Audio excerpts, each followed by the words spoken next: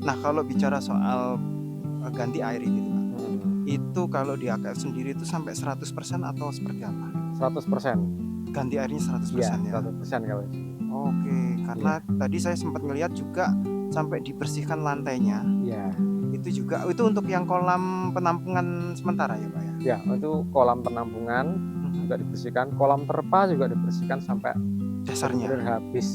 Oke, berarti kalau untuk semisal jamur insang tetap, Pak, ya, tetap diangkat dari kolam, Iya, walaupun udah mungkin resikonya sudah ketahuan ini kecil sekali untuk hidup betul, gitu ya. betul. Tapi pernah nggak, Pak, selamat nih gitu? Ya tetap pernah Pernah ya? ada, tapi ya kecil, persentasenya sangat kecil. Sangat kecil ya? Rata-rata yang sudah kena 90% matilah. Nah, kalau tips ini, Pak, tips buat teman-teman pecinta koi semua nih yang mungkin kolamnya nggak terlalu luas, hidup di perkotaan atau apa, tapi pengen ikannya jumbo-jumbo. Untuk menghasilkan ikan jumbo apalagi yang kolamnya terbatas, itu bisa, tapi susah. Mhm Nah, mhm. treatment-nya harus.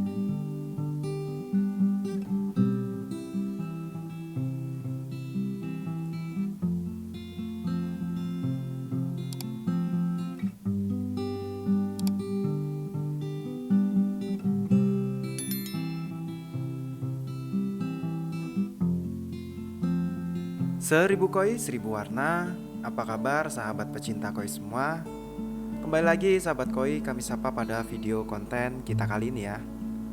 Nah, sahabat koi, banyak yang bertanya dan masuk pertanyaan ke Ebisukoi terkait bagaimana sih cara menjaga ikan koi jumbo agar tetap sehat.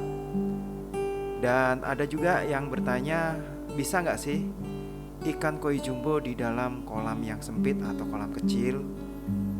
Bahkan ada yang bertanya juga bagaimana cara untuk menjumbokan ikan koi di dalam kolam yang kecil. Nah, pada kesempatan kali ini saya akan menjawab bersama salah seorang breeder yang menurut saya pas untuk sebuah pertanyaan ini ya sahabat koi. Jadi kali ini sahabat koi saya ajak ke AKF untuk menjawab semua pertanyaan ini. Oke, tanpa lama lagi, yuk kita sapa ownernya dari AKF.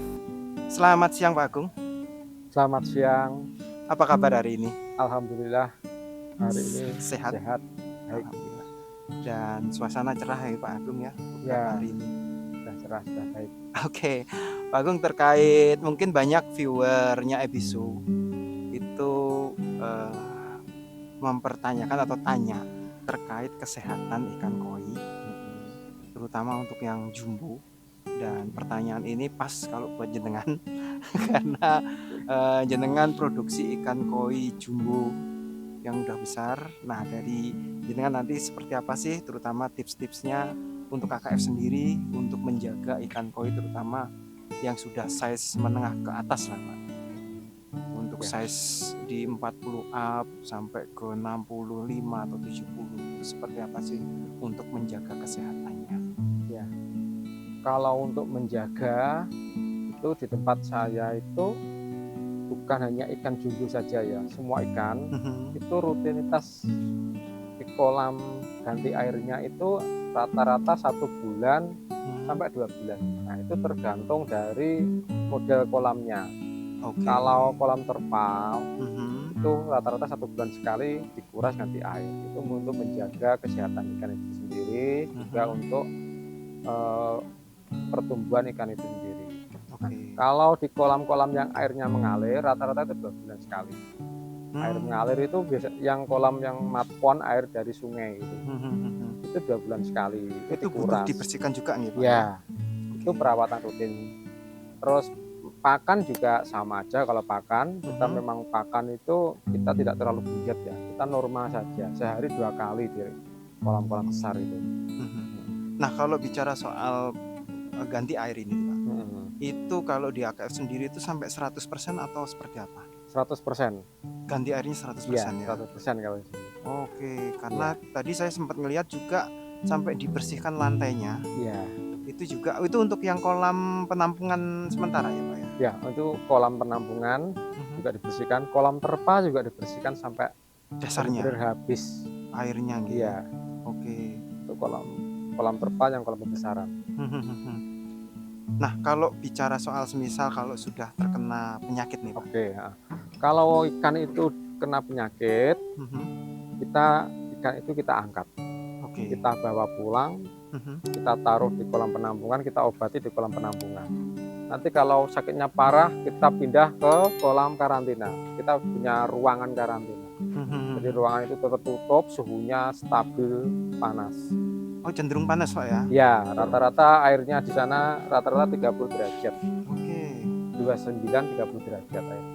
Jadi sangat pas untuk pengobatan ikan-ikan sakit. Berarti untuk ikan sakit terutama untuk yang jumbo, ini air distabilkan ke panas berarti. Iya, semua ikan kalau sakit misalkan jamur, aeromonas itu harus suhunya harus panas. Nah, kalau ruangan jenengan ini untuk treatment penyembuhan ini, berarti ini tidak menggunakan heater sudah, Pak ya? Tidak, ruangan saya tidak menggunakan heater. Kita hanya memakai alami, pakai sinar matahari. Atapnya itu kan kita pakai genteng yang transparan itu. Oke, pakai plastik atau kalau di UV? tempat saya pakai itu galvalum, tapi yang bening. Gitu. Oke. Ya. Bisa pakai plastik, bisa. Pakai plastik UV itu juga bisa. Bisa. Ya? Oke, berarti yang di bak-bak fiber itu berarti untuk ikan-ikan yang sakit, Pak ya? Ya. Terdeteksi sakit dan mulai parah. Ya. Treatment untuk airnya sendiri seperti apa, Pak? Kalau untuk ikan yang sudah terkena? Kalau ikan yang sakit itu di tempat saya itu dosis garam itu 5 ppm. Oke. 4 lah, 4. Untuk 5 itu kalau air asnya benar-benar kencang. Jadi dosis pengobatan itu bisa menggunakan garam 5 ppm ditambahi sama antibiotik. Antibiotik itu macam-macam, mereknya juga banyak, terserah sesuai dengan aturan pakai itu aja. Nah, terus 2 hari sekali itu dikuras, ganti air. Nah, ini gantinya jangan sampai total. Oke. Diganti itu kira-kira 70% lah. Ganti air, kasih garam sesuai penambahan air baru tadi dosisnya. Ya. Kalau sudah membaik, dosisnya dinormalkan saja. 2 sampai 3 ppm garamnya. Biasanya treatment ini dilakukan sampai berapa hari, Pak? Biasanya untuk ikan-ikan sakit itu kalau kondisi cuaca bagus ya, itu 1 minggu sudah sembuh. 1 minggu? Ya, sudah kering. Kayak misalkan aeromonas itu, boroknya, memarnya itu sudah kering, cuma belum sembuh kan. Sembuhnya kan nanti dimasukkan kolam, bisa 1 bulan, 2 bulan baru tumbuh normal. Tapi 1 minggu biasanya sudah membaik. Nah, 3 kali ganti air lah, itu sudah membaik. Oke, berarti untuk barometernya penggantian air berapa kali itu bisa udah kedeteksi, Pak ya? Biasanya kan 2 hari sekali diganti air. Biasanya 3 kali ganti air udah membaik, udah bagus.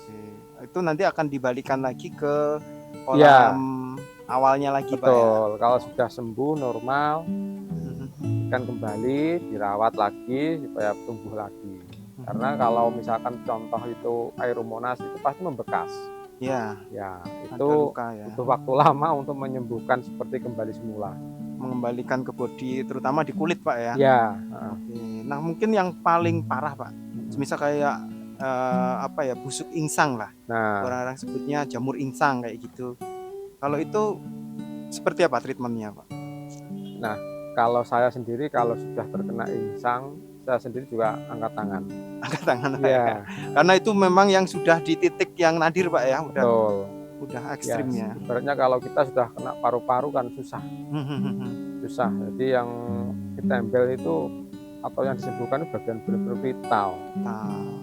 Itu ada kemungkinan seperti biasa normal tadi, pengobatannya sama kalau di tempat saya. Untuk kesembuhannya itu kecil banget. Untuk bisa sembuh. Untuk bisa selamat dari. Betul. Itu kan ada yang bilang kalau kena jamur insang jangan dipindah dari kolamnya.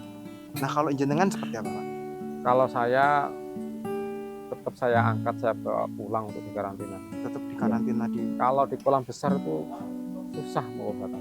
Ya, karena airnya juga debitnya banyak, luas juga, Pak ya. Nomor 1 debitnya terlalu banyak lah. Untuk pengobatan kayaknya nggak mungkin.